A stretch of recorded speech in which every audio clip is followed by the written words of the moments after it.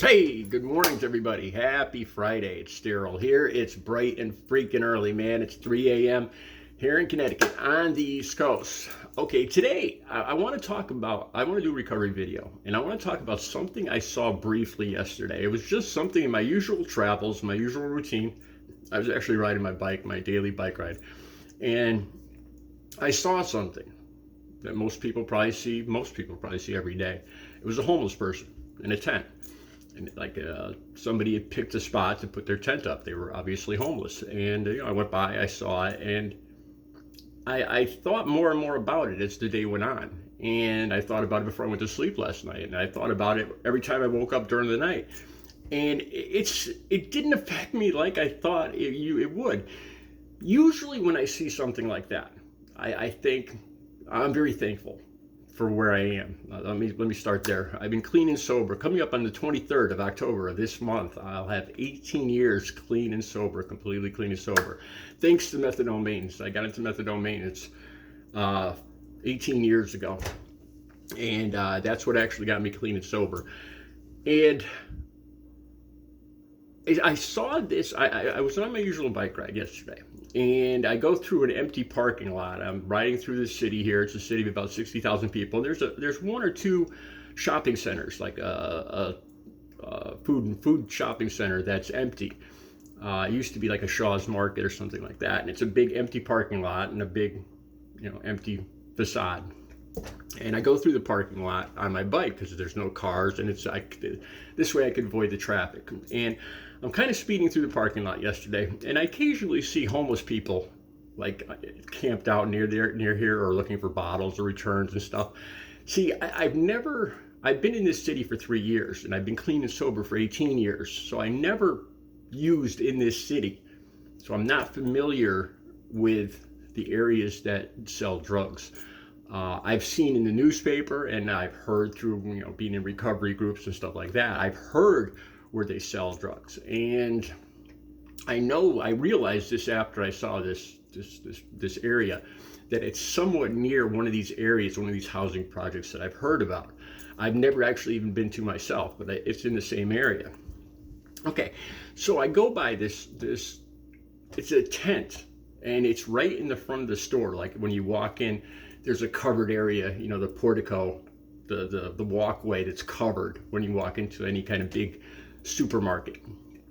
And the homeless person, put up a tent right in front of, like, where you'd be able to see the cash registers and everything through the window when you go to walk in a store. It's got the whole glass facade. A homeless person it looked like a pretty new tent, like a two-man tent set up right there in front, nice and neat. And that was like it's going to be his home. And I went by and I just looked at it, and I saw the guy, and he's probably about 45 years old, maybe about 10 years younger than me. He looked familiar. I don't know if I should say this or not. I think I remember him from like about 15 years ago, 10, 15 years ago, seeing him in recovery groups, or maybe met the methadone clinic or something like that. I don't know if I should even say that, but I'm not mentioning a name or anything. And I thought it was him. And I went by. And usually when I would see something like this, I'd be very thankful. Thank God that's not me. Thank God I'm clean, sober. I got a roof over my head. I've got things going on. I've got projects, making money. I've got income. I'm proud of myself. I've had relationships. I'm great. Everything's great in my life. And usually I'm very thankful when I see something like that. So I went by yesterday. And I zoomed by. I'm usually going through this parking lot at a good rate of speed because I'm coming down a hill and then into the parking lot. So I kind of zoomed through this parking lot. And, it was just a split-second thing where I saw this, and it stuck with me all day. And as I was going to sleep, as I was reading last night, it kept coming back into my mind. And I kept thinking about this, what this person's life must be like. I'm pretty sure, I'm assuming here, I'm not 100% sure, but this person probably has addiction problems. Like I said, I used to use, but I never used in this city. So I don't know where, I've never bought in this city, but I know where the areas are, and this is kind of near there. And I started picturing what his day must be like. Sleeping on a piece of cement. How does his day begin? This took me back to a homeless couple I knew back when I was using, about 20 years ago, I was friends with this homeless couple, and they used to pitch a tent in a local park near the pond, like way up in the woods, so nobody would see them. And I'd occasionally let them crash at my place. I'd let them crash at my place whenever they had any money or any substances that I could share with them, something to barter for letting them stay at my place. And I was always on the edge of being homeless myself back when I was using. My electricity got shut off. My heat got shut off over the winter here in Connecticut. I took ice cold showers all winter, one winter, just because, and I was working, just because I kept using the money to buy drugs every week instead of paying what I should be paying. So I was very close to being homeless myself. And I used to go meet them because this guy had a lot more connections than I did 20 years ago. And I'd walk to his tent in the woods, and I'd go in there, and they'd usually be using in the morning, and we'd figure out how to get money by selling something or borrowing, stealing, panhandling. This was every single day. This was like a full-time job doing this. And I'd go pick them up at their tent, because I had a car, and we'd pick up. If they had money and extra, I'd let them stay at my house. If not, I'd drop them back off at their tent. But this is what it reminded me of.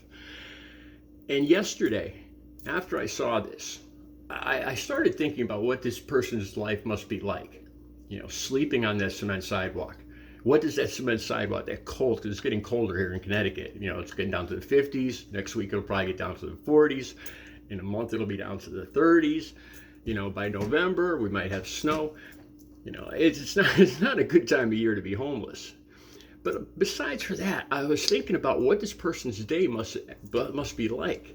Waking up in the morning, that urge to, you have to get up and get money and get. I'm assuming here this is that he does still have an addiction problem. This person that I saw in this tent, and or what it's like at night, sleeping in this empty parking lot. It's a city, so there's going to be kids in the parking lot with their cars, places to congregate, the danger.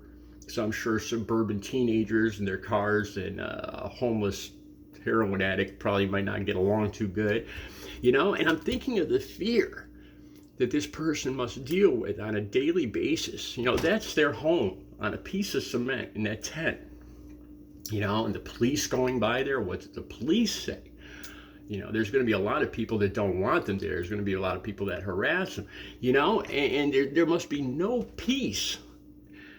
And usually when I would see this, it would make me thankful, that I've been clean and sober for 18 years. And it did make me thankful, but it scared me. It really scares me now just thinking about it. Because I don't know if it's because I'm in a good place. I don't even think of using these days.